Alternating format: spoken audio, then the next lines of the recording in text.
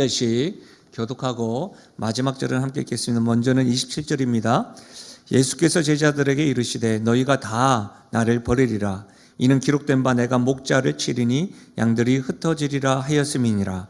그러나 내가 살아간 후에 너희보다 먼저 갈릴리로 가리라. 베드로가 여짜오되 다 버릴지라도 나는 그리하지 않겠나이다. 예수께서 이르시되 내가 진실로 내게 이르노니 오늘 이 밤 닭이 2번 울기 전에 내가 3번 나를 부인하리라. 베드로가 힘있게 말하되 내가 주와 함께 죽을지언정 주를 부인하지 않겠나이다 하고 모든 제자도 이와 같이 말하니라. 66절입니다. 베드로는 아랫뜰에 있더니 대제사장의 여종 하나가 와서 베드로가 불 쬐고 있는 것을 보고 주목하여 이르되 너도 나사렛 예수와 함께 있었도다 하거늘 그가 부인하여 이르되 나는 내가 말하는 것이 무엇인지 알지도 못하고 깨닫지도 못하겠노라 하며 앞뜰로 나갈새. 여종이 그를 보고 곁에 서 있는 자들에게 다시 이르되 이 사람은 그 도당이라 하되 또 부인하더라. 조금 후에 곁에 서 있는 사람들이 다시 베드로에게 말하되 너도 갈릴리 사람이니 참으로 그 도당이니라. 그러나 베드로가 저주하며 맹세하되 나는 너희가 말하는 이 사람을 알지 못하노라 하니 닭이 곧 2번째 울더라. 이에 베드로가 예수께서 자기에게 하신 말씀 곧 닭이 2번 울기 전에 내가 3번 나를 부인하리라 하심이 기억되어 그 일을 생각하고 울었더라. 아멘. 저는 본문의 말씀을 가지고 반석 같은 믿음이 모래처럼 부서질 때, 반석 같은 믿음이 모래처럼 부서질 때라는 제목으로 말씀을 나누겠습니다. 여러분, 벌써 2019년도가 한 달이 지났습니다. 이번 주만 지나면 2월이에요. 어떠세요? 작심삼일로 계획한 대로 잘 진행되고 있으십니까? 아니면 뒤죽박죽이십니까? 2019년 이대로 계속 지나가도 되겠습니까? 어떠세요? 저는 사실 제 계획과는 조금 다르게 다른 방향으로 지나가는 것 같습니다.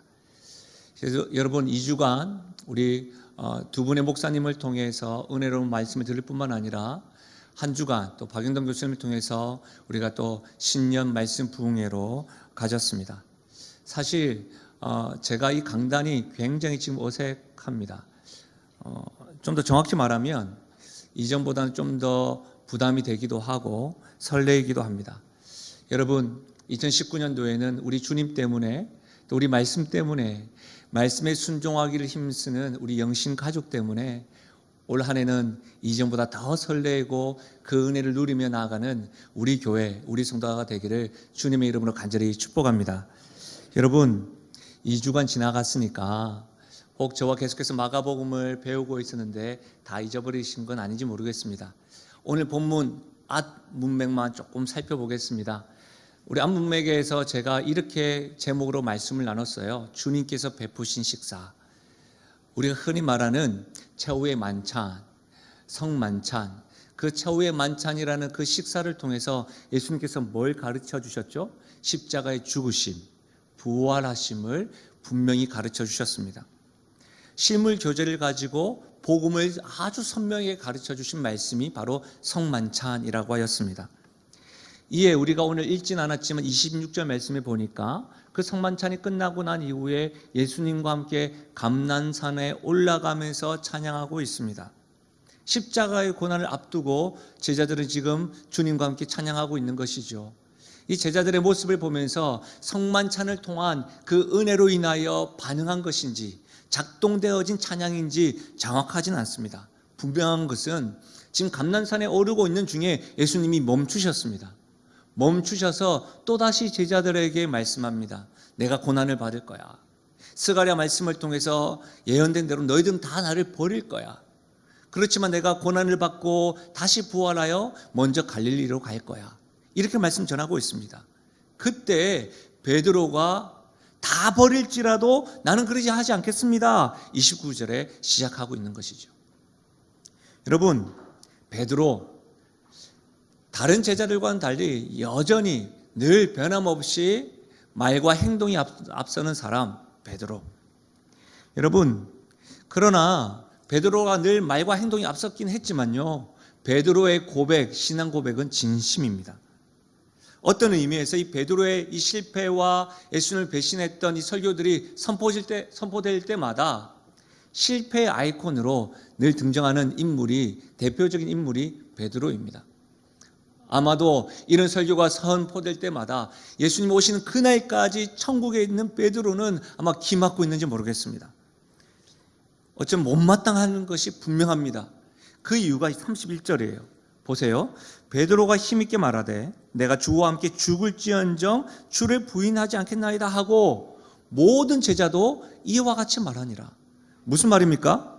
베드로만이 단정하고 확신 있게 말했던 것이 아니라 함께 있는 모든 제자들도 주님과 함께 죽겠습니다, 절대로 주님 부인하지 않겠습니다라고 말하고 있는 거예요.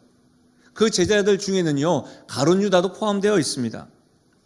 예수님을 잡으러 온 사람들, 칼과 뭉치를 가지고 잡으러 왔을 때요, 많은 제자들은 50절에 보면 다 도망갔습니다. 그러나 베드로는 어떻습니까? 제사장 뜰까지 끝까지 갔던 사람이죠. 뒤따랐던 사람이에요. 이런 관점으로 보면 베드로를 무조건적으로 배신의 아이콘이라는 선입견을 가지고 살펴보는 것, 심지어는 이 베드로의 신앙 고백까지도 폄하하는 것은 성경에 대한 잘못된 오해입니다. 여러분, 베드로는 주님에 대한 믿음이 있었습니다. 신앙이 있었습니다.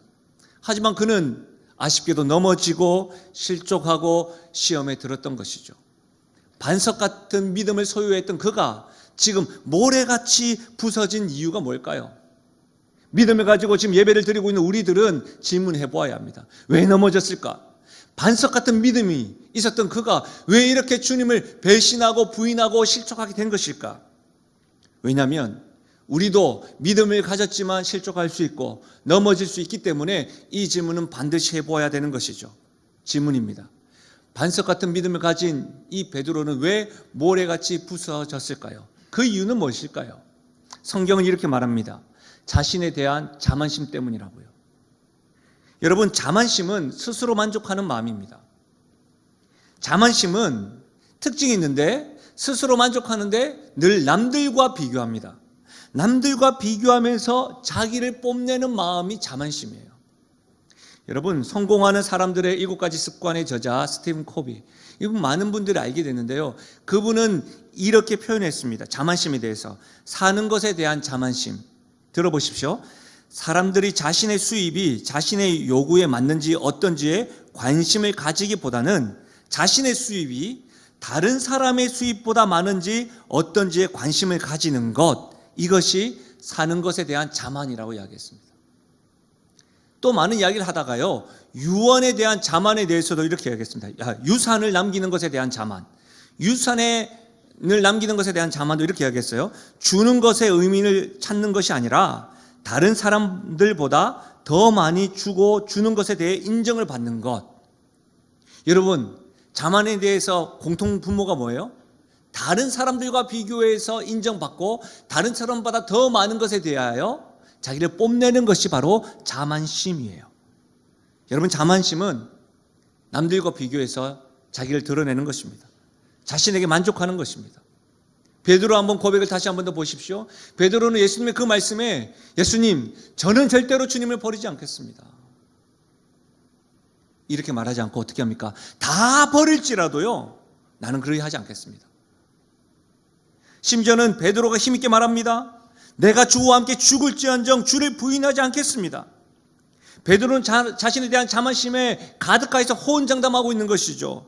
지금 죽을지라도 절대로 내가 주를 부인하지 않겠습니다. 큰 소리로 배심 좋게 의기양양으로 호언장담하고 있는 것이 무엇입니까? 내가, 다른 사람들은 다 주를 버릴지라도 나는 그러지 하지 않겠습니다. 자만심에 빠진 모습입니다. 사랑하는 여러분, 베드로의 모습을 보시면서 여러분 어떤 생각이 드세요? 반석 같은 믿음이 모래처럼 부서지는 모습, 이런 모습은 다른 사람의 모습이십니까? 베드로만의 모습입니까? 아니면 우리의 모습인가요? 이름을 한번 들어보셨습니까? 다른 사람들은 다 몰라도 나는 그런 사람은 아닙니다. 나는 절대로 넘어지지 않고 실족 잘하지 않습니다. 걱정하지 마세요. 나는 하나님에 대한 경험도 있고요, 은혜도 체험한 사람이에요. 걱정 안 하셔도 됩니다. 절대로 그런 일은 없을 거예요. 제가 손해는 볼 본다 할지라도 다른 사람, 교회, 하나님의 이름은 먹칠하지 않을 거예요. 많이 들어보지 않았어요? 우린 교회를 섬기면서 이런 사람들로 인해 상처를 받기도 합니다. 얼마나 많이 호언장담하면서도 자신의 감정만 조금만 삐딱해지면 말씀과는 관계없이 등을 돌리는 사람들. 그런 사람들이 한두 명이 아니죠. 근데 교회에만 이런 사람이 있는 것이 아닙니다. 실제로 우리 주변에 왕왕 이런 사람들을 얼마나 많이 경험하고 그 사람들로 인하여 우리가 상처 입고 힘들어하는지 모릅니다. 여러분 분명히 기억하셔야 돼요. 자만심은 하나님이 주는 것이 아닙니다. 자신에 대한 신뢰에서 온 마음입니다. 불과 몇 시간 뒤에 여지없이 무너지고 예수님을 배반하는 베드로의 모습을 예배드리고 있는 우리들은 잘 알고 있습니다. 그럼에도 불구하고 우리 역시 이 사건을 알면서도 늘 스스로에게 확신하면서 나는 베드로처럼 배신하지 않아요. 베드로처럼 넘어지지 않아요. 그렇지 않을 것입니다. 혹시 힘있게 자신만만해하고 있지는 않으십니까? 사랑하는 여러분, 부탁드립니다. 나 자신을 의지하지 말고 전능하시고 무한하신 주님만을 의지하고 신뢰할 수 있기를 주의 이름으로 간절히 부탁드립니다. 베드로는 자기 자신의 자만심에 만족하고 그것에 빠져서 무너지고 실족하게 된 거예요. 베드로가 반석 같은 믿음이 모래처럼 부서지는 그 상황은 어땠을까요? 그 상황은 큰 위기의 상황은 아니었습니다. 여러분, 베드로가 넘어지고 실족한 상황을 좀 살펴볼 필요가 있는데 성경은 점층적으로 보여주고 있습니다. 처음 부인한 장소는 제사장의 관저 아랫뜰이었습니다. 66절이죠. 두 번째, 세 번째 보시면 68절에 아랫뜰이었는데 앞뜰까지 이동했습니다. 그리고요, 처음에 부인했을 때는 여종 아이에게 부인했어요. 두 번째로는 여자아이들과 그 주변에 있는 사람들, 세 번째로는 갈릴리 사람이라는 증거와 함께 참으로 당신이 그 도당이다, 참으로 너가 예수님과 한패야 라고 하는 그 고발을 당합니다. 결국 세 번째 고발을 당했을 때에 예수님 힘있게 나는 주님을 절대로 배반하지 않습니다 라고 말했던 그가 어떻게 합니까? 저주하면서까지 예수님을 지금 맹세하면서까지 부인하고 배반하고 있습니다. 그때 닭이 2번 울었습니다. 베드로가 무너지는 이 사건이 여러분 머리에 그려지십니까? 우리는 이렇게 넘어지고 시험에 들 때에 항상 염두에 두어야 될 대상이 있습니다. 그 이름은 바로 사단입니다. 근데요, 우리가 이 사단이 우리를 넘어뜨리려고 할 때에 우리가 착각하는 것이 있는데 어떤 착각이냐면 사단이 항상 우리를 넘어뜨릴 때 큰 문제, 큰 어려움, 큰 고통을 가지고 넘어뜨린다고 착각합니다. 아닙니다. 베드로에게 그랬던 것처럼, 가룟 유다와 많은 믿음의 선배들이 그랬던 것처럼, 또 지금도 우리들에게 항상 점층적으로 사단은 다가옵니다. 우리의 삶 속에서 사소한 것으로 시작합니다. 그 정도를 점점 강하게 하여서 우리에게 실족하게 만드는 것이죠. 큰 문제는 금방 드러나잖아요. 작은 것부터, 남들은 모르는 것부터 사단은 우리를 주로 우리가 그것에서부터, 신앙에서부터, 믿음에서부터, 하나님 말씀에서부터 뒷걸음질 때 그냥 두지 않습니다. 그냥 내버려 두지 않아요. 마침내 넘어질 때까지 공격하여 넘어뜨려 버립니다. 여러분, 우리가 사소한 것이라고 생각하는 것들, 한두 번 시도했다가 말씀대로 하지 아니하고 그냥 세상적인 방법으로 해 나가는 것들, 그런 것들을 계속해서 넘어지도록 만들어서 더 이상 넘어지도록, 일어나지 못하도록 해버립니다. 사단의 전략이에요. 그렇다고 해서 우리가 사단을 굉장히 무서워할 필요는 없어요. 왜냐하면 예수님은 이미 승리하셨고, 사단은 예수님과 하나님의 허락을 받아야만 하고, 그분을 신뢰하는 자들에게는 사단은 항상 동물원에 갇힌, 철창에 갇힌 우는 사자일 뿐이라는 것이죠. 사랑하는 여러분, 베드로가 넘어진 상황은 큰 위기의 상황이 아니었습니다.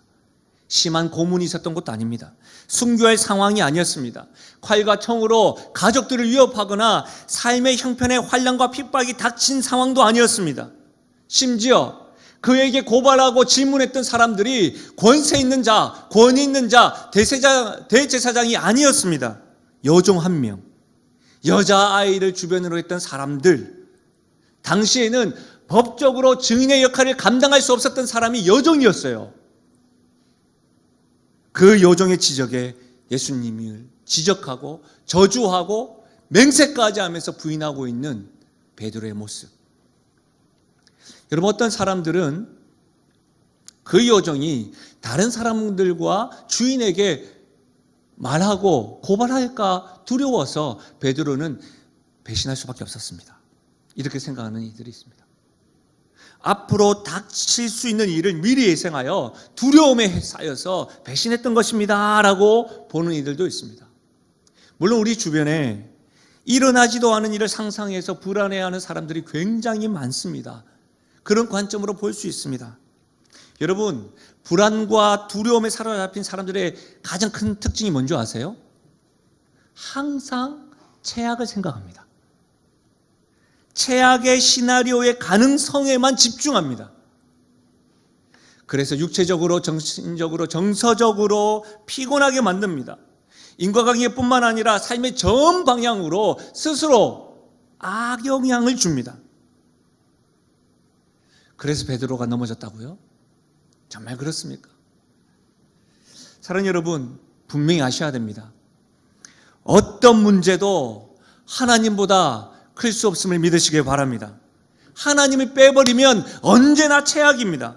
여러분 삶에서 주님을 빼버리면 죄송하지만 언제까지나 최악의 시나리오일 것입니다. 그러나 아무리 어렵고 힘들고 캄캄한 상황일지라도 우리의 하나님이 계시면, 우리 주님이 계시면 항상 최선이요 최고임을 믿으시길 바랍니다. 우리가 자주 부르는 찬양, 내게 허락하신 시련을 통해 나의 믿음 더욱 강하게 자라나고 험한 산과 골짜기 지나는 동안 주께 더 가까이 나를 이끄시네. 특별히 이 대목요. 내가 겪는 시험이 어렵고 힘들어도 내 주님보다 크지 않네. 내 앞에 바다가 갈라지지 않으면 주가 나로 바다 위 걷게 하리. 나는 믿네. 무엇을요? 내가 겪는 시험이 어렵고 힘들어도 내 주님보다 크지 않고 내 앞에 바다가 갈라지지 않는다 할지라도 우리 주님은 그 바다 위로 걷게 하실 것입니다. 나는 그것을 믿습니다. 이 찬양의 가사와 고백이 우리의 간증이 될 수 있기를 바랍니다. 정리하면 이렇습니다. 베드로의 배신과 넘어짐은 의도적인 거나 계획적인 것이 아닙니다. 자신의 자만심에 가득해서 베드로는 다른 사람과 비교하면서 자신의 능력과 힘을 의지하여 넘어질 수밖에 없었습니다. 여러분 자신을 의지하십니까? 베드로의 길을 걷고 있는 것입니다. 큰 위기의 상황도 아니었지만 작은 불안, 소소한 두려움이 주님을 보지 못하게 만들었습니다. 심지어 호언장담했던 그것이 주님에게 향하여 저주하고 맹세까지 하여 주님을 배반하였습니다. 사랑하는 여러분, 베드로의 모습을 보시면서 어떤 생각이 드십니까? 베드로는 우리가 다 알던 것과 같이 주님에 대한 놀라운 고백을 하였습니다. 주는 그리스도시요 살아계신 하나님의 아들입니다. 고백만 했나요? 변화산에서 예수님이 변하신 모습도 보았어요. 엄청난 은혜의 경험을 했던 것이지요. 겟세마네 동산에서는 주님과 함께 동행하였습니다. 베드로는 주님의 수제자요, 주님의 사랑받는 자입니다. 12명이 함께 모일 때뿐만 아니라 특별한 경험을 3명의 제자들과 함께 늘 베드로는 그 자리를 함께 하였습니다. 하지만 3번이나 예수님을 부인한 모습입니다. 우리는 이 모습을 보면서 분명하게 기억해야 합니다. 우리가 주님과 함께하는 시간이, 우리가 경험했던 특별한 경험이 우리의 믿음의 반석과 같이 견고하게 지켜주는 것이 아니라는 거예요. 베드로 역시도 주님과 함께했던 시간, 특별한 경험이 늘 그의 믿음을 견고하게 세웠던 것이 아니라는 거예요. 이것을 명심할 수 있길 바랍니다. 더 놀라운 것은 베드로의 이 넘어짐, 그의 믿음이 모래같이 부서졌던 이 사건을 사복음서, 마태복음, 마가복음, 누가복음, 요한복음에 하나도 빠짐없이 기록하고 있습니다. 왜 그럴까요? 왜 그렇게 기록하고 있는 것일까요? 우리 역시도 넘어지고 실족할 수 있음을 보여주는 것입니다. 들려주고 있는 것입니다. 우리도 충분히 주님을 부인할 수 있고 충분히 주님을 저주할 수 있고 호언장담했던 믿음이 모래처럼 보이지 않을 만큼 자빠지고 넘어지고 부끄러울 정도로 믿음과 상관없는 걸음을 걸을 수 있기 때문에 그것을 경계하기 위해서 이 모습을 보여주는 것입니다. 허물과 죄로 죽었던 우리, 본능적으로 죄인이고 넘어지고 시험받을 수밖에 없는 우리의 모습을 지금 보여주는 거예요. 여러분, 이렇게 연약한 존재, 모래처럼 부서질 수밖에 없는 존재, 우리는 어떻게 해야 합니까? 그렇다면 우리에게는 참된 길이 없는 것입니까? 저는 오늘 말씀을 통해서 두 가지를 살펴보려고 합니다. 첫 번째로 반석 같은 믿음이 모래처럼 부서질 때 주님의 말씀 알람을 들어야 합니다. 여러분, 마가복음을 계속해서 배우면서 예수님께서 제자들에게 반복적으로 하신 말씀, 하나님 나라에 대한 메시지뿐만 아니라 예수님께서는 끊임없이 십자가에서 죽으시고 부활하실 것이라는 순환 예고를 계속 하셨습니다.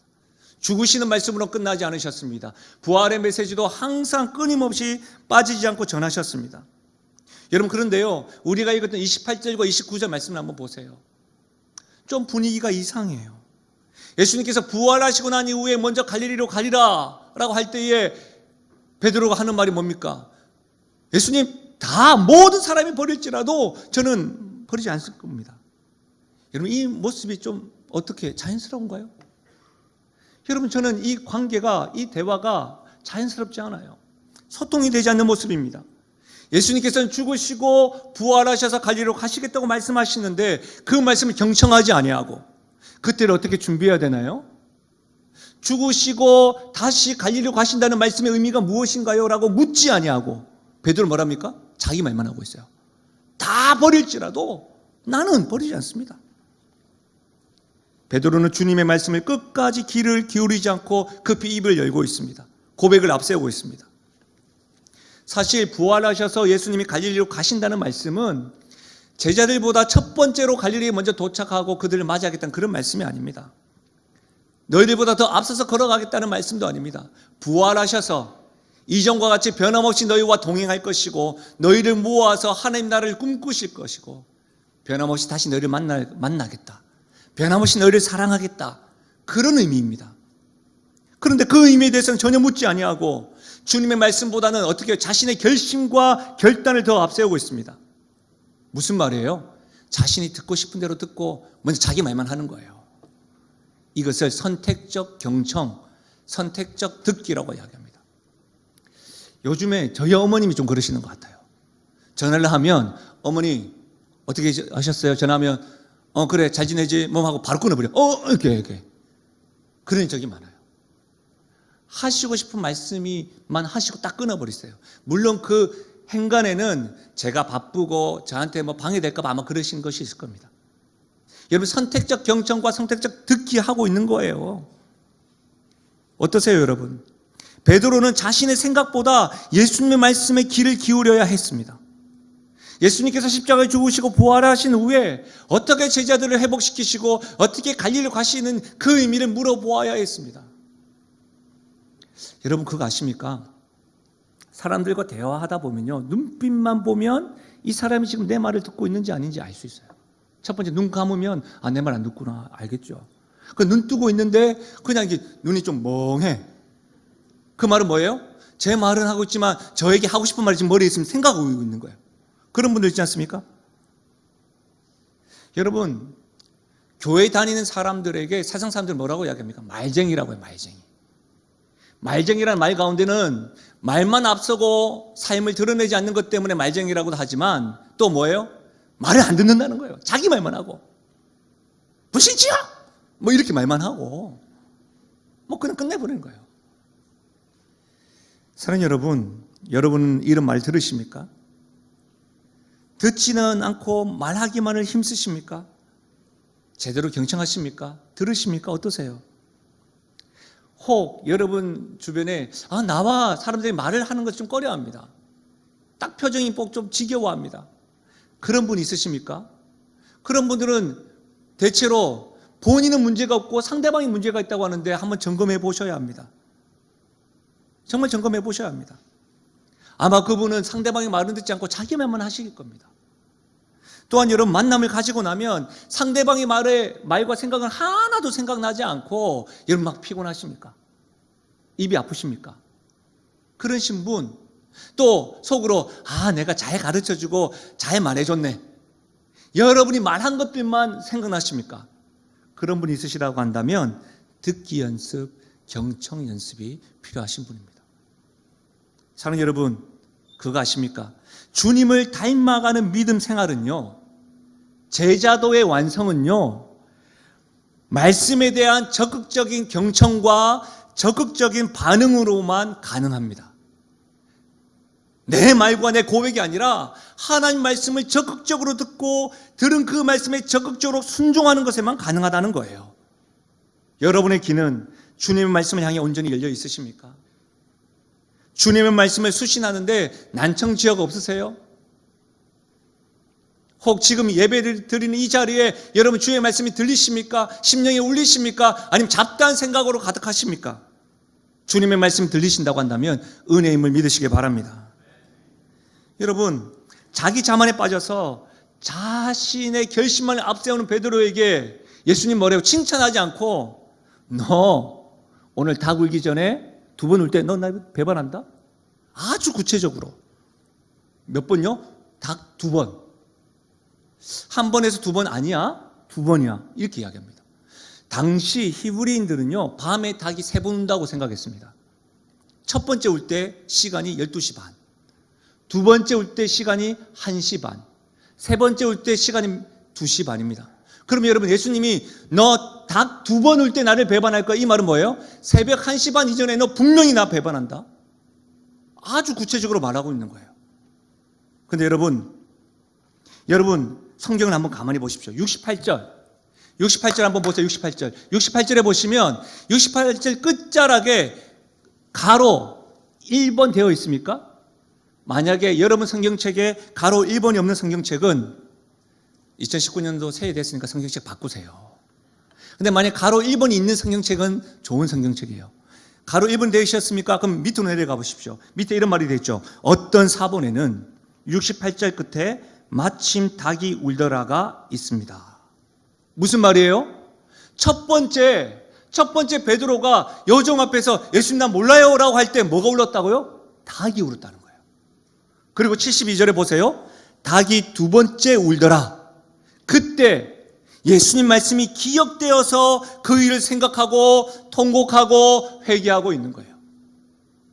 사랑하는 여러분, 한꺼번에 닭이 2번 울었던 것이 아니고 첫 번째 그가 부인했을 때 닭이 울었다는 거예요. 두 번째 닭이 울고 자신이 부인했을 때에 주님의 말씀이 생각나서 회개했습니다. 그것도 귀하죠. 그런데 아쉽지 않아요. 첫 번째 부인하고 첫 번째 넘어지고 자빠졌을 때 주의 말씀이 기억이 나고 주의 말씀의 알람이 울렸을 때에 내가 멈추고 돌이켰다면 어땠을까요? 그때 말씀을 깨달았으면 어땠을까요? 이게 아쉬운 거예요. 사랑하는 여러분, 주님의 말씀이 들려오는 것은 은혜입니다. 그런데 딱 여기까지 머무는 사람이 있어요. 말씀을 듣는 것을 즐기는 사람이 있어요. 그래서 여러분이 좋은 목사님의 말씀들이 많잖아요. 그 말씀을 많이 듣는 것으로만 만족합니다. 그건 은혜이긴 한데요, 딱 거기에만 멈추시는 분이 있으십니까? 죄송하지만 제자는 아닙니다. 종교인입니다. 제자는 어떻다고 했습니까? 생각나는 말씀, 들려지는 말씀, 그 말씀을 듣는 것으로만 끝나지 않고 주님이 가라고 하면 가고 주님이 멈추라고 멈추고 적극적으로 말씀을 들을 뿐만 아니라 적극적으로 순종하는 자들입니다. 그래서 시편 기자는 시편 119편 6절에 내가 주의 모든 계명에 주의할 때에는 부끄럽지 아니하였습니다. 내가 주의 모든 계명, 그 말씀에 알람이 울릴 때에는 부끄럽지 않았습니다. 심지어 여러분, 계속해서 청년이 무엇으로 그 행실을 깨끗하게 하리까? 주님의 말씀만 따름이니이다. 어떻게 주님 앞에서 선한 자로 살아가야 될 수 있습니까? 하나님 자로 살아갈 수 있습니까? 주의 말씀을 지킬 따름이니이다. 듣는 것에서만 멈추지 않는다는 거예요.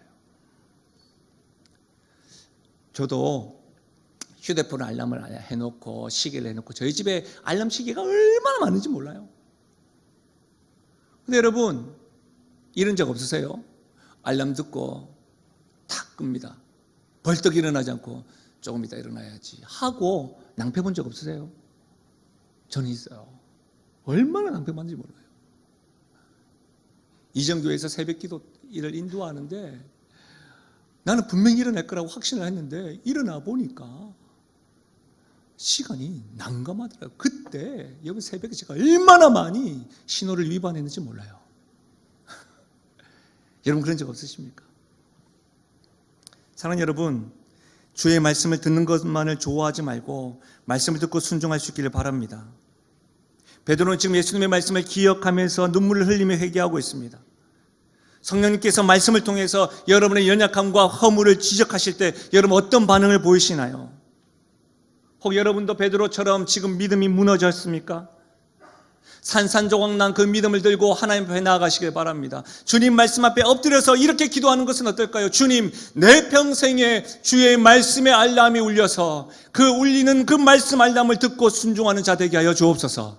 이 기도가 우리의 평생의 기도 제목 되기를 주의 이름으로 부탁드립니다. 두 번째로, 반석 같은 믿음이 모래같이 부서질 때 우리의 실수에 너무 집착하지 말아야 합니다. 우리도 베드로와 같이 실수할 수 있습니다. 어쩜 예수 믿는 사람들이요, 예수 믿지 않는 사람들보다 더 영악하게, 어떻게 보면 더 지혜롭게 드러내지 않고 비교하지 않는다 하면서도 은근히 비교하면서 흐뭇한 미소를 짓고, 어떤 경우에는 뻔뻔스럽게 주님 세리와 같지 않으며 감사합니다라고 기도하는 그 바리새인의 기도와 같이 그 뻔뻔함으로 예배를 드리고 그렇게 죄를 짓고 있는지 모릅니다. 늘 깨어서 쉬지 않고 기도해야 될 줄 알고 있지만 기도보다 성령보다 앞서지 아니하고 날마다 우리의 선택, 우리의 결정, 우리의 지혜, 우리의 경험을 앞설 때가 얼마나 많은지요. 그러다가 실족하고 넘어지면 어떻게 합니까? 천부의 의지 없어서 이렇게 이야기하는 게 많죠. 누구보다도 힘들고 어려운 일을 경험하면, 큰 문제를 경험하면 공감할 수 있지만, 그러나 대체로 큰 것부터 넘어지지 않고 저기서부터 바늘구멍만한 작은 것에서부터, 사소한 것에서부터 사단의 전략에 빠져서 여기까지 와가지고 우리도 넘어질 때가 있죠. 그러다 보면 어떻게 됩니까? 난 또다시 반복적이고 비슷한 문제 늘 해결되지 않는 것 때문에 반복되어지면 만성이 돼요. 어떤 이들은 만성된 채로 살아가지만 또 약간 민감한 사람은 어떻게 됩니까? 자신에 대해서 싫어져요. 자책하게 됩니다. 그래서 헤어나오지 못하게 되죠. 혹 여러분 중에 주님을 정말 제대로 믿고 싶고 바로 믿고 싶은데 잘 되지 않는 것 때문에 그 부정적인 생각을 끊지 못해서 엄청난 스트레스로 힘들어하시는 분이 있으십니까? 여러분 스스로 마음을 더 괴롭히고 정신적으로 육체적 건강에도 악영향을 미치고 있지는 않으십니까? 사실 저 역시도 어떤 때는요, 어쩔 수 없이 하게 되는 그 생각 때문에 힘겨울 때가 있습니다. 여러분 어떠세요? 여러분의 잦은 실수와 실패, 그 실패의 생각에 머물러 있어서 집착이라는 단어를 쓰지 않는다고 할지라도 늘 거기에 과거에 붙잡혀 있지는 않으십니까? 그 상처에 붙잡혀 있지는 않으십니까? 제가 올 초에 시작하면서 생각 중독이라는 책을 읽게 되었습니다. 이 생각 중독이라는 책의 저자는 10대 후반부터 20대 후반까지 거의 10년 동안 2번이나 정신적인 고통으로 피폐한 삶을 살았다라고 고백을 합니다. 신경쇠약증과 화병 때문에. 그런데 이와 같은 질병의 원인을 병원에서 점검받고 자기도 확인했던 이유는 부정적 생각을 장기간 곱씹어서 생각했던 것이 원인이었다고 해요.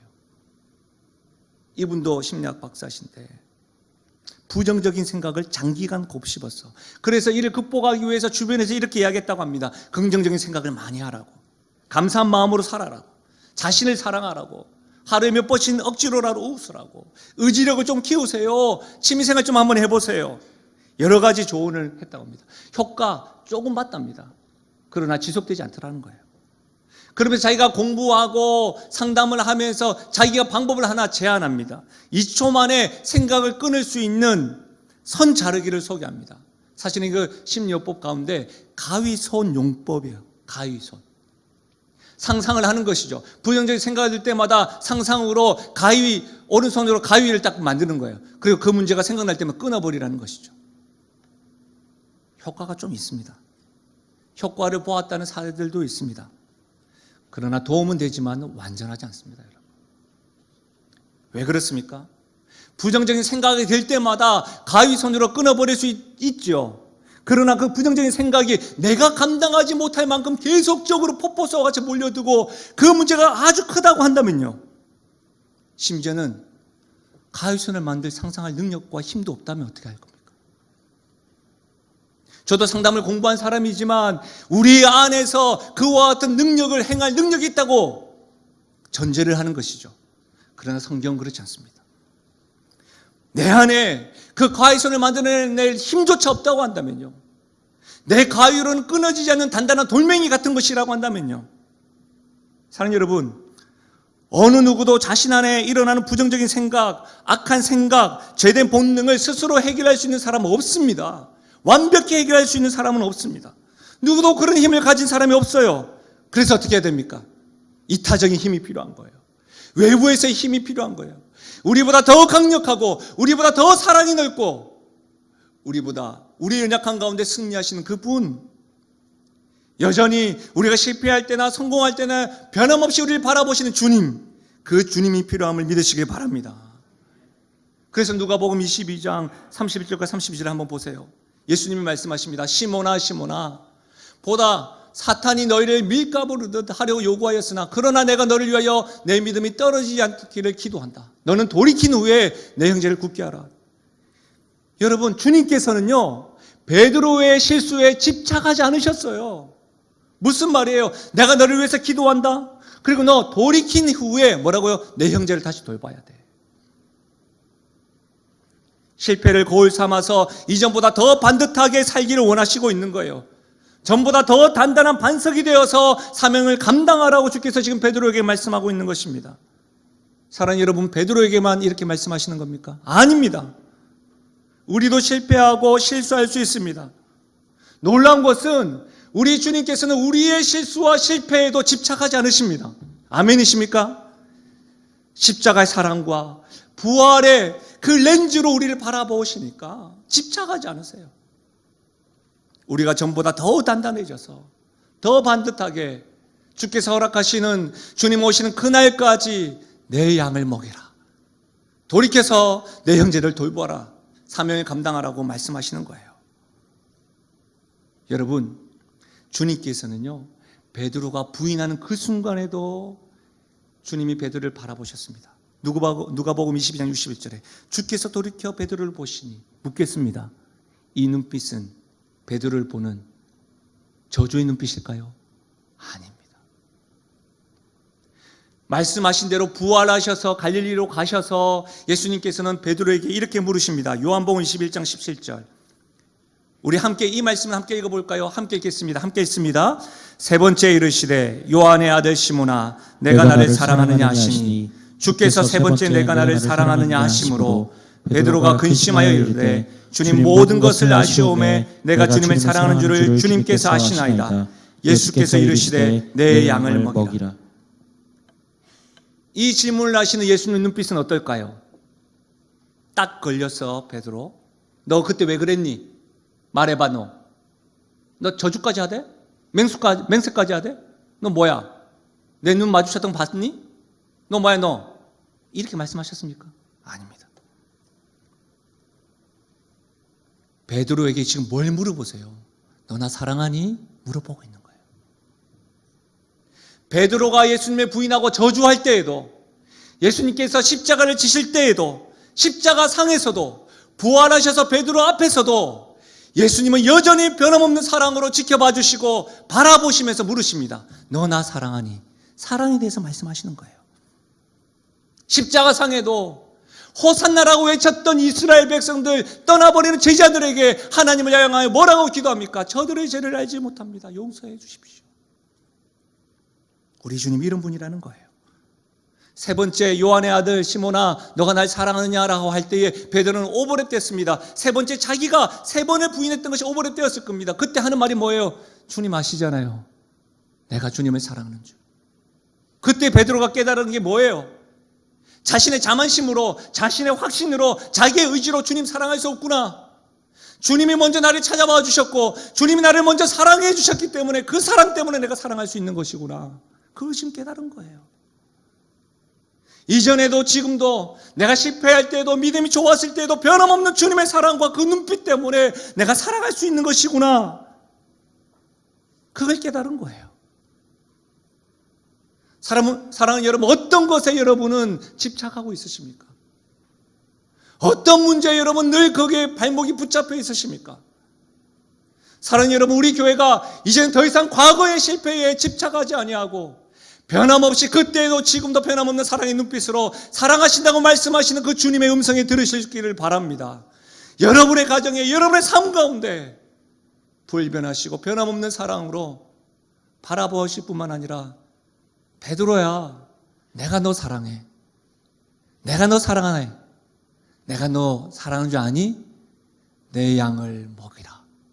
이 음성을 들을 수 있기를 주의 이름으로 부탁드립니다. 말씀을 마무리하겠습니다. 여러분 잘 알고 계시는 소설 이방인, 시지프의 신화, 이런 것으로 잘 알려진 노벨 문학상을 수상한 알베르 까뮤. 그에게 기자가 이런 질문을 했습니다. 당신의 소설에는 절망적인 우월함이 있지만 그럼에도 불구하고 당신이 노벨상을 수상하기까지 인생을 달려올 수 있었던 삶의 힘은 어디에서 나왔습니까? 당신의 소설에 보면 자살을 굉장히 많이 묘사했는데 자살하지 않고 여기까지 견디고 온 힘은 무엇입니까? 그러자 까뮤는 이렇게 말했습니다. 어머니지요. 나의 어머니 때문입니다. 이 까뮤는 태어난 지 한 달 만에 아버지가 돌아가셨습니다. 그리고 홀 어머니 밑에서 양육을 받았는데요, 어머니는 행상을 하고 가정부를 하면서 어렵게 아들을 키웠습니다. 놀라운 것은 이 어머니는 청각장애자입니다. 다시 말하면 아들의 말을 듣지 못한다는 것이죠. 그런데 20대 때 까뮤가 그의 고국 알제리를 떠나 프랑스 파리로 떠나가려고 할 때에 어머니가 까뮤에게 들려주셨던 말, 그 말을 그의 평생에 붙들었다고 합니다. 제가 수화를 배워서 한번 해보려고 했는데 안 되더라고요. 근데 그 어머니가 이렇게 이야기합니다. 사랑하는 아들아, 내가 너를 지켜보고 있어. 아들아, 엄마가 언제까지나 너를 지켜보고 있을 거야. 내가 너 사랑하는지 알지? 이 말이었다고 합니다. 우리 주님께서도 베드로에게 말씀하십니다. 베드로의 실수와 넘어짐에 대해서 말씀하지 않고 너 몰랐지? 너가 사랑할 수 있는 줄 알았지? 아니야. 내가 먼저 너를 찾아가고 내가 먼저 너를 사랑하고 너가 실수할 때에도 실패할 때에도 넘어질 때에도 믿음의 찬양을 할 때에도 변함없이 너를 사랑한단다. 내가 너 사랑해. 사랑하는 아들, 내가 너 사랑해. 사랑하는 딸, 내가 너 사랑해. 이거 알고 있지? 내 양을 먹이라. 이 음성을 우리 교회가, 우리 가정이, 우리 모든 영신가족이 분명코 붙들고 주님 오신 그날까지 믿음의 길을 걸어가는 저와 여러분 되기를 주의 이름으로 간절히 축원드립니다. 우리 찬양하며 나가실까요?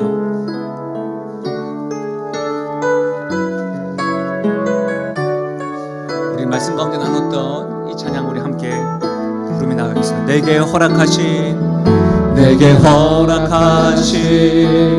시련을 통해 나의 믿음 더욱 강하게 자라나고 험한 골짜기 지나는 동안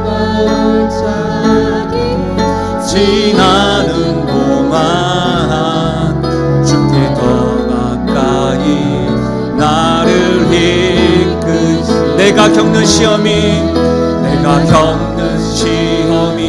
어렵고 힘겨 내 주님보다 크지 않네. 내 주님보다 크지 않네. 내 앞에 바다가 바다가 갈라지지 않으면 주가 나로 바다 위 걷게 하리. 아멘. 나는 믿네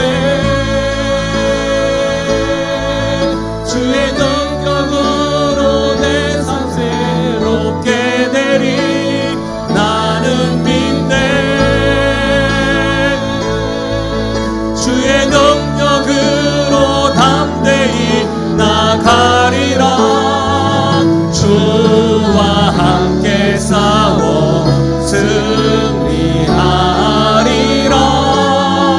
날마다 믿음으로 나 살아가리. 여러분, 무엇을 믿으십니까? 내가 겪는 시험이 어렵고 힘겨워도 내 주님보다 크지 않음을 믿으십니까? 내 앞에 바다가 갈라지지 않으면 내 주님께서 바다 위로 건너가게 하실 줄로 믿으십니까? 내가 실패할 때에도, 넘어질 때에도, 내가 믿음의 고백을 할 때에도 나를 향한 주님의 사랑은 변하지 않음을 믿으십니까? 그 믿음을 가지고 주님, 내가 실수하고 자주 자빠지고 넘어지지만 그 사랑과 내 평생의 말씀 알람을 듣고 그 말씀 알람에 순종함으로 주님 오시는 그날까지 믿음의 사람이 되겠습니다. 우리 말씀을 생각하시면서 함께 소리내어 기도하며 나가겠습니다. 아버지 하나님, 참으로 감사함을 드립니다. 하나님 아버지, 이 시간 베드로의 실수, 낭망, 실족, 배신의 모습을 보면서 내 안에 하나님 아버지 나의 자만심에 가득하여 넘어지는 모습과 큰 위기의 상황이 아니라 잔잔한 모습으로 하나님 아버지 실패하고 넘어지는 모습을 발견하게 하시니 감사함을 드립니다. 아버지 하나님, 그럴 때마다 성령께서 들려주시는 말씀의 알람을 듣고 그 알람을 하나님 아버지 끄고 순종하며 나아갈 수 있도록 은혜 더해 주길 소원드립니다. 아버지 하나님의 변함없는 하나님은 나의 실수와 상처에만 머물러 있는 것이 아니라 하나님 그것에 하나님은 머물러 있지 않고 집착하지 아니하시고 사랑한다고 말씀하시는 그 주님의 사랑을 붙들고 나아가는 저희들 되어줄 수 있도록 은혜 더하여 주옵소서. 하나님 아버지, 수없이 베드로에 대한 실수와 실패의 모습들을 우리가 살펴보면서 나는 저 모습은 아니야, 나는 베드로 같지 않아, 자만심에 빠져서 사소한 것에서부터 계속해서 넘어지고 사단의 유혹에 계략에 빠져서 시름시름 앓고 있음에도 불구하고 주님, 다른 사람은 다 주를 버려도 주님 사랑합니다. 저는 안 그럴 거예요. 저는 주님과 함께 오래 한 시간이 많고 특별한 은혜도 경험했고 주님, 저는 주님 버리지 않을 겁니다. 그랬던 우리의 모습이 베드로와 같이 넘어지고 자빠지고 쓰러질 때가 많았음을 보게 됩니다. 심지어는 하나님 아버지 반복되어서 끊지 못하는 나의 실수와 실패에 사로잡혀서 집착하여서 허우적거리는 인생들이 있습니까?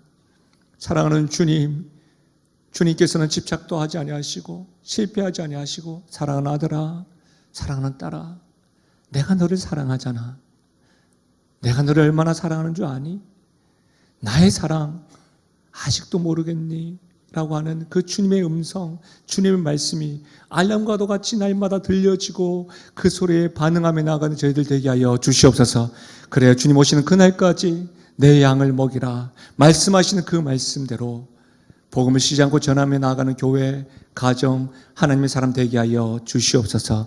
그렇게 역사하실 주님을 찬양하옵고 예수님의 이름으로 기도하옵나이다. 아멘. 우리 영혼에게